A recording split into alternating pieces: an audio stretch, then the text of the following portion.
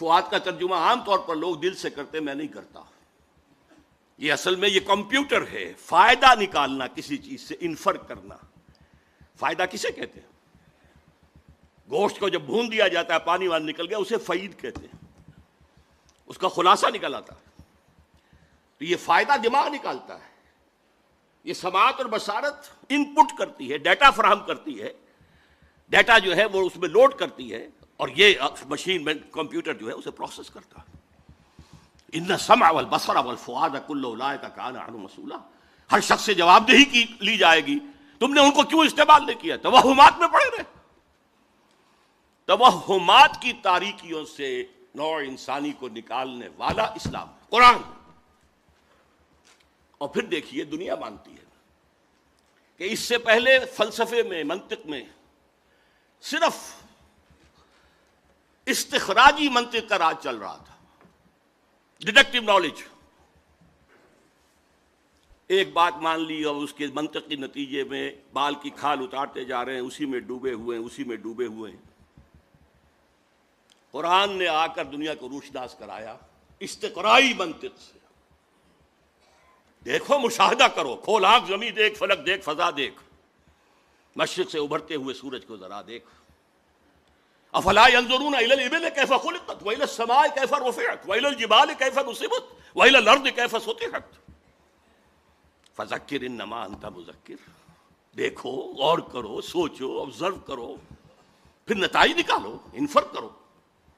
یہ استقرائی منطق، inductive knowledge, دنیا کو اس سے روشناس کرانے والا قرآن ہے. یہی انڈکٹیو نالج سائنس کی بنیاد بنا، اور سائنس انر کور بن گیا جدید تہذیب کا. اگرچہ اس کا جو ظاہر ہے، انر کور کے اوپر جو پردے لپٹے ہوئے ہیں وہ غیر اسلامی ہیں. وہ کیسے وجود میں آئے اس کی بھی میں تاریخ آپ کو بتا دینا چاہتا ہوں. دیکھیے، یورپ میں یہودی انتہائی دبے ہوئے، پسے ہوئے، مستضعفین، قابل نفرت، شہروں سے باہر گھٹوس میں وہ رہتے تھے.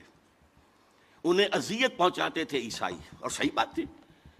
عیسائی جسے اپنا خدا مانتے، خدا کا بیٹا مانتے، وہ کہتے وہ حرامزادہ تھا، باسٹرڈ، سن آف مین، ولد الزنا، جادوگر تھا، کافر تھا، مرتد تھا، واجب القتل تھا. اسی لیے ہم نے اسے سولی پر چڑھوایا. یہ دوسری بات ہے کہ اللہ نے کیا کیا اور کب انہیں اٹھایا. انتہائی پرسیکیوٹڈ کمیونٹی تھی، اور سب سے زیادہ شدید پرسیکیوشن اسپین میں تھی، جو بہت گہرا کیتھولک ملک ہے. یہی وجہ ہے کہ یہودیوں نے مسلمانوں کی مدد کی اسپین کو فتح کرنے میں، راستے بتائے محمد طارق ابن زیاد کو. نتیجہ کیا نکلا؟ کہ مسلمانوں نے انہیں سر پر بٹھایا، ان کی عزت کی، احترام کیا، تکریم کیا. ایک وقت میں وزیر اعظم جو ہے سلطنت ہسپانیہ کا یہودی تھا. یہ یہودی جو ہیں، انہوں نے وہاں بیٹھ کر یورپ کی پیٹھ میں چھڑے گھونپے، عیسائیوں سے بدلے لیے. اس لیے کہ جو لڑکے آتے تھے فرانس سے، جرمنی سے، اٹلی سے، یہ تینوں ملک قریب پڑتے ہیں، وہ پڑھنے کے لیے آتے تھے. کارڈووا کی یونیورسٹی، قرطبہ کی، گرناڈا، گرناطہ، تولیڈو، تلیتوا، یہاں سے پڑھ کر جاتے تھے. اور یہاں یہودی ان کے اندر کچھ اور زہر کے انجیکشن بھی لگاتے تھے، اسلام کی روشن خیالی پر اور اوپر روشن خیالی. اب یہ روشن خیالی کا لفظ میں انورٹڈ کاماز میں بول رہا ہوں. اسلام کے تصور حریت پر مزید ردا، اسلام کے نظریہ مساوات مرد و زن پر مزید ردا. یہ ردے یہودیوں نے اسپین میں بیٹھ کر، اور آپ کو معلوم ہوگا بن گوریون نے کہا ہے the golden era of our diaspora was Muslim Spain. اس نے یہ کہا، یہ ڈائسپورا سن 70 عیسوی سے شروع ہوا تھا. سن 70 عیسوی سے، جبکہ جو ٹائٹس رومی جنرل تھا اس نے گرایا ان کا سیکنڈ ٹیمپل، 1,33,000 یہودی ایک دن میں قتل کیے، اور پھر وہاں سے نکال دیا، بھاگ جاؤ یہاں سے. ڈائسپورا اب وہ دنیا میں منتشر ہو گئے. اس ڈائسپورا کا بن گوریون کہتا ہے the golden period of our diaspora was Muslim Spain. جیسے انہوں نے مسلمانوں کی پیٹھ میں خنجر گھونپا، ایک یہودی عبداللہ ابن سبا نے وہ فتنہ اٹھایا جو آج تک سنی اور شیعہ کے اختلاف کی صورت میں اب تو خون بھی بہہ رہا ہے، اس سے پہلے خون نہیں بہتا تھا. یہ سارا ایک شخص، وہ یہودی فتنہ گر، یہ یہودی فتنہ گر علامہ اقبال کی اصطلاح ہے. اور جسے بنوک کے بارے میں کہا گیا بینک کیا ہے؟ فکر چالاک یہود. یہ دونوں چیزیں جو ہیں مسلمانوں میں تقسیم اور عیسائیوں میں پروٹیسٹنٹ اور کیتھولک کی تقسیم یہودیوں کے پیدا کرنا. آزادی اسلام نے دی. وہ جو اقبال کہتا ہر کو جا بینی جہان رنگ و بو، جہاں کے از خاکش بروید آرزو، یا ز نور مصطفیٰ اورا بہاشت، یا ہنوز اندر تلاش مصطفیٰ. تم دنیا میں کہیں خیر دیکھو گے، خوبی دیکھو گے، بھلائی دیکھو گے، وہ اعلیٰ قدر دیکھو گے، جہاں بھی دیکھو گے یا نور مصطفیٰ سے مانگا گیا ہے، ادھار لیا گیا، مستعار ہے، اور یا ابھی انسان مصطفیٰ کی تلاش میں آگے بڑھ رہا ہے. یہ ڈائلیکٹیکل پروسیس جو ہے ہسٹوریکل، یہ جس رخ پر بڑھ رہا ہے وہ لازماً اس کی منزل اسلام ہے. آزادی انہوں نے اسے آگے بڑھایا، اللہ سے بھی آزادی. یہ نہیں کہ تبعیض بندہ و آقا فساد آدمیت، صرف یہ نہیں، اللہ سے بھی آزاد، مادر پدر آزاد، مساوات مرد و زن، فیملی سسٹم کو تباہ کرنے کے لیے عورت کو بھی مرد بنا دو، لے آؤ معاشی میدان کے اندر، لے آؤ، گھر سے نکالو. حالانکہ خاندانی نظام ایک ایسا نظام ہے کہ اس کا ایک سربراہ ہو سکتا ہے، دو تو برابر کے سربراہ نہیں ہو سکتے. ٹوٹے ہی ٹوٹے، برباد ہو ہی ہو. مینیجنگ ڈائریکٹر ایک بنائیں گے، ڈائریکٹر 100 رکھ لیجیے، لیکن اس کو توڑا. اسی طریقے سے جو ابھی کہا گیا کہ یہ جو کتا ہے یہ فرق نہیں کرتا بیٹی ماں اور بیوی کے اندر، یہ ہم کیوں کرتے؟ پیاس ہے لگتی ہے، جہاں سے پانی ملتا ہے ہم لے لیتے ہیں. تو خامخواہ جو ہے ہماری جنسی جو پیاس ہے اس کے لیے قدغن ہے. اسی شہر لاہور میں ایک پروفیسر تھے تاریخ کے، عبد القادر صاحب، وہ یہ کہا کرتے تھے when I can get fresh milk from the market daily, why should I bind a cow on my door? میں اپنے جنسی جذبے کی تسکین جب چاہوں جہاں سے کر لوں. گائے باندھنا ضروری ہے اپنے گھر پہ، تو یہ بیوی گھر میں لانا ضروری ہے. یہ جو تہذیب کے تباہ کن معاملات ہیں، اور پھر معیشت کے اندر سود. نوٹ کیجئے، پروٹیسٹنٹزم ذہن یہودی کی پیداوار ہے. جیسے این بنوک، این فکر چالاک یہود، اسی طرح پروٹیسٹنٹزم فکر یہودی کی چالاک ہے.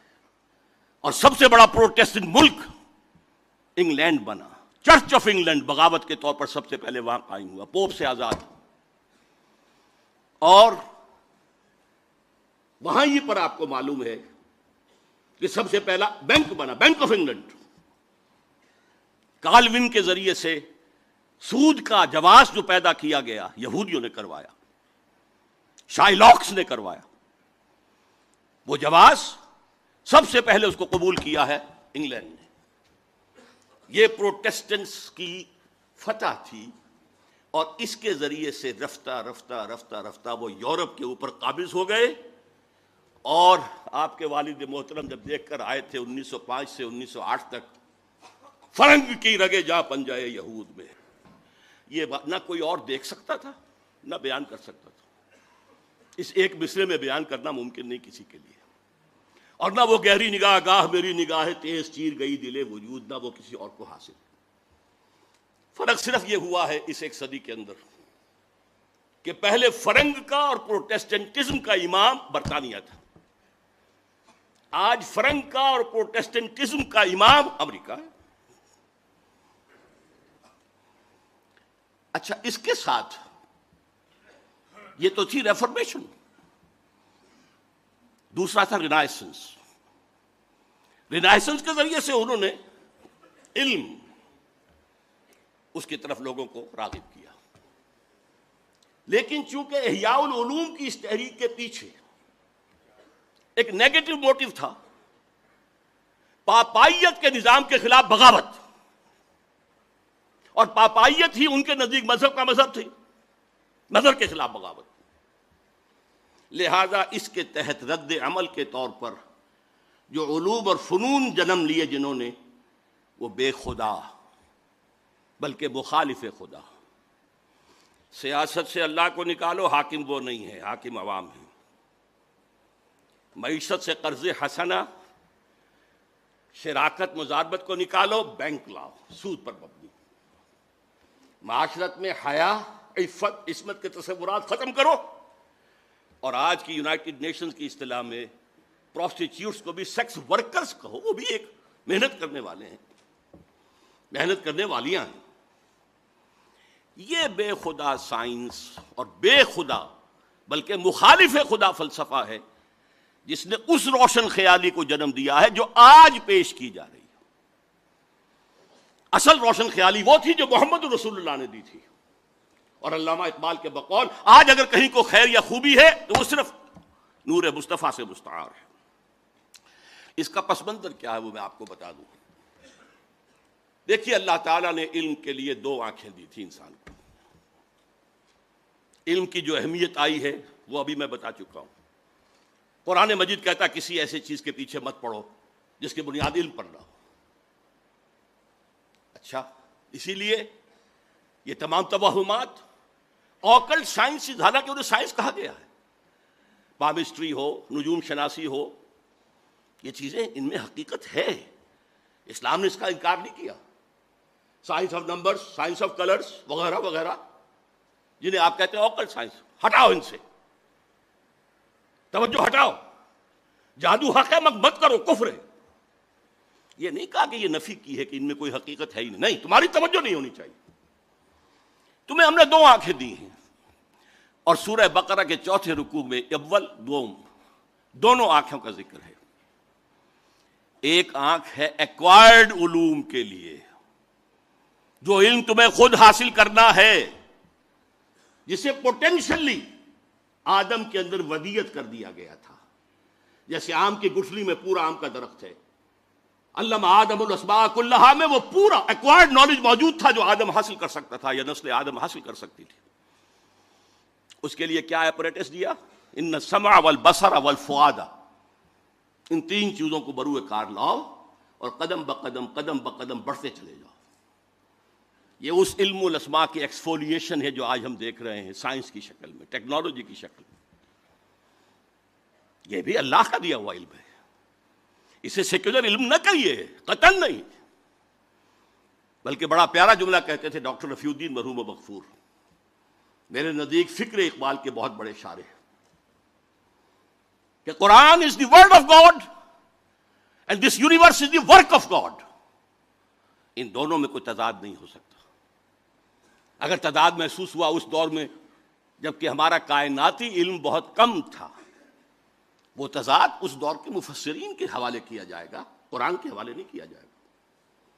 اس لیے ڈاکٹر مورس مختار نے کہا کہ میں نے بائبل پڑھی، اس میں بہت سی چیزیں وہ ہیں جنہیں قرآن غلط ثابت کر چکا ہے، موجودہ سائنس، قرآن میں ایک حرف میں نے نہیں پایا کہ جسے موجودہ سائنس نے غلط ثابت کیا، اور وہ مسلمان ہو گیا، فرینچ سرجن بہت بڑا۔ تو یہ ورک آف گاڈ ہے، یہ سیکولر سائنس نہیں ہے، یہ بھی مذہبی ہے۔ اللہ کے عمل کا مطالعہ کرو، اللہ کے بنائے ہوئے قوانین فطرت ہیں ان کا مطالعہ کرو، ان سے فورسز آف دی نیچر کو کیپچر کرو، ہارنس کرو، استعمال کرو۔ لیکن دوسرا علم، فَإِمَّا يَأْتِيَنَّكُم مِّنِّي هُدًى فَمَن تَبِعَ هُدَايَ فَلَا خَوْفٌ عَلَيْهِمْ وَلَا هُمْ يَحْزَنُونَ۔ دوسرا گیون نالج ہے اللہ کی طرف سے، یہ ایکوائرڈ نالج ہے جو رفتہ رفتہ رفتہ رفتہ رفتہ رفتہ بڑھا ہے، اور آج یہاں پہنچ گیا ہے کہ اقبال کہتے ہیں کہ فروغ آدم خاکی سے، عروج آدم خاکی سے انجم سہمے جاتے ہیں کہ یہ ٹوٹا ہوا تارا مہ کامل نہ بن جائے۔ دوسری آنکھ تھی، جب بھی تمہارے پاس میری طرف سے ہدایت آئے، وہی آئے، فمن تبع ہدایا فلا خوف علیہم ولا هم یحزنون۔ یہ دو آنکھیں تھیں، وہی اور اکتسابی علم۔ یہ گیون ہے، یہ ریویلڈ نالج ہے، یہ اوپر سے آیا ہے، اور یہ نالج آپ کو اپنی سماعت و بصارت اور عقل کے ذریعے حاصل کرنا ہے۔ انسانی تہذیب کا سب سے بڑا المیہ کیا ہے؟ مذہب کی مخالفت میں جو سائنس اور فلسفہ اور جو تہذیب پروان چڑھی، اس نے ریویلڈ نالج سے آنکھ بند کر لی۔ رکھو ادھر، صرف ایک آنکھ کھلی رکھی، اسی لیے یہ یک چشم تہذیب ہے، یک چشم دجال۔ جتنی اس میں ترقی ہوئی ہے، دجالیت کی طرف انسان کا قدم بڑھتا چلا جا رہا ہے۔ دونوں آنکھیں کھلی ہوتی کوئی پرواہ نہیں تھی، سائنس آسمان کو چھو لیتی، کوئی خرابی نہ ہوتی۔ ہدایت عملی زندگی کے اندر حاصل کرو وہی کے ذریعے سے، ریویل نالج کے ذریعے سے۔ لیکن وہاں کیا ہے؟ اجی چھوڑو، خدا ہے یا نہیں ہے، ہوگا، لیکن یہ کائنات تو ہے نا، اس کو سمجھو۔ یہ ہمارے جسم میں کوئی روح بھی ہے کہ نہیں ہے، ہوگی، کون کہہ سکتا ہے کہ ہے؟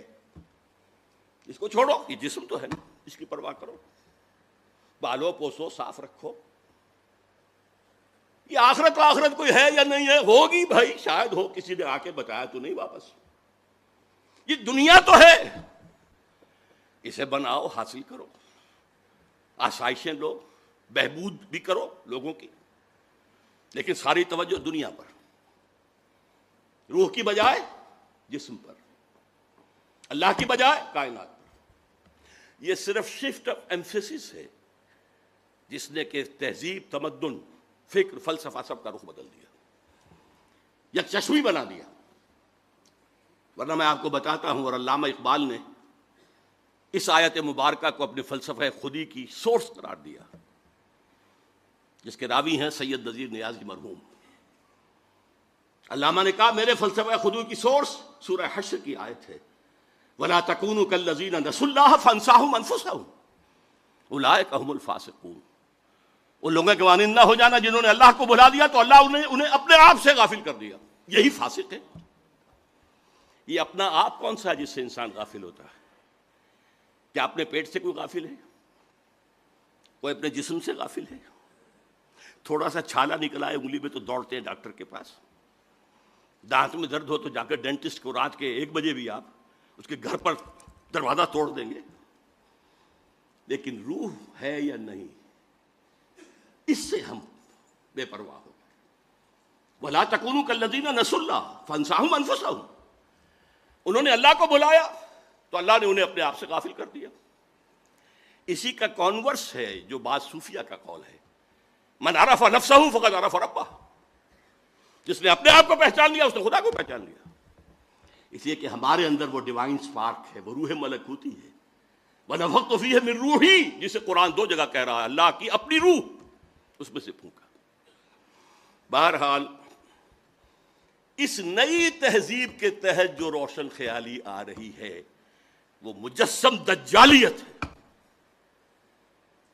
اس دجالیت کا یوں سمجھیے، میں نے 3 لحافوں سے تشبیہ دی ہے۔ جب ملیریا بخار چڑھتا تھا تو اتنی سردی اور اتنی وہ ہوتی تھی، ایک لحاف ڈالا، دوسرا ڈالا، تیسرا ڈالا۔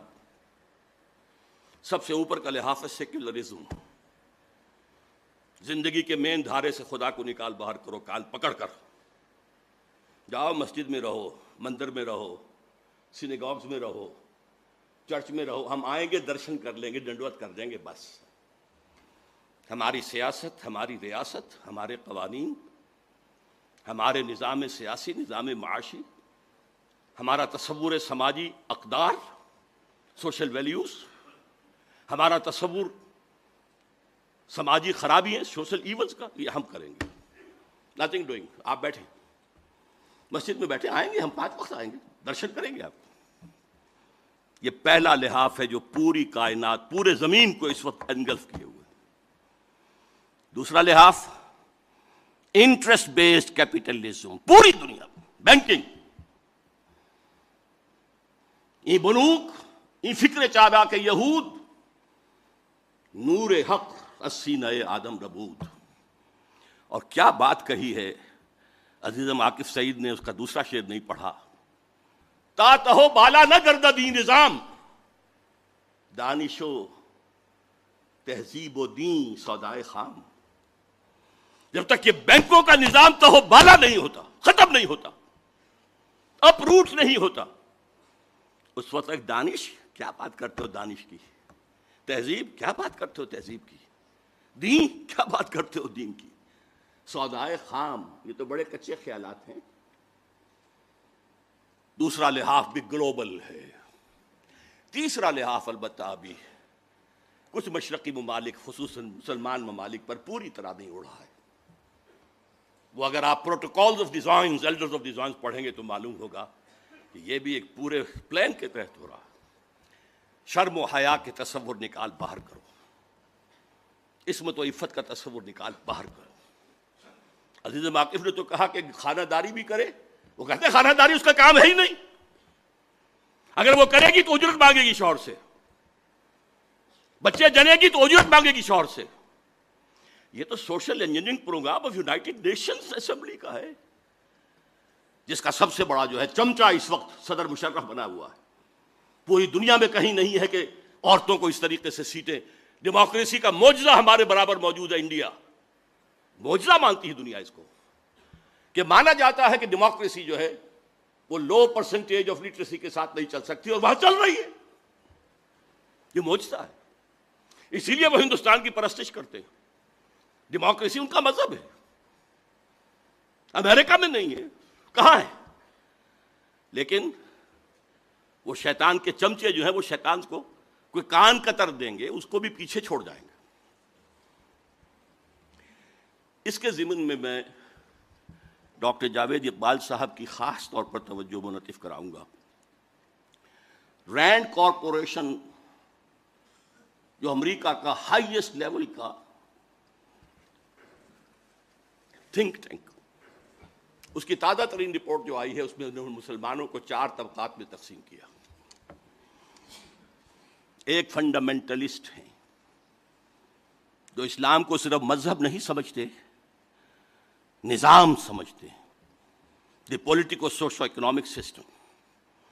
یہ ہماری ہٹ لسٹ پر نمبر 1 ہے، انہیں ہم نے ختم کرنا ہی کرنا ہے، یہ ہمارے دشمن ہیں۔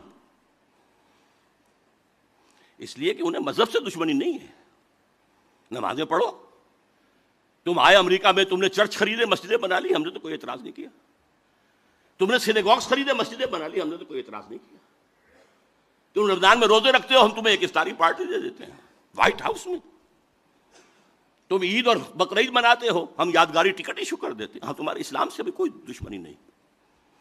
ہاں، Islam is a politico socio economic system, جسے وہ پولیٹیکل اسلام بھی کہہ دیتے ہیں، یہ ہمارا دشمن ہے، اور اس کی وجہ صاف ہے۔ نصف صدی تک جو کولڈ وار جاری رہی وہ نظام کی جنگ تھی، مذہب کی تو کوئی جنگ نہیں تھی۔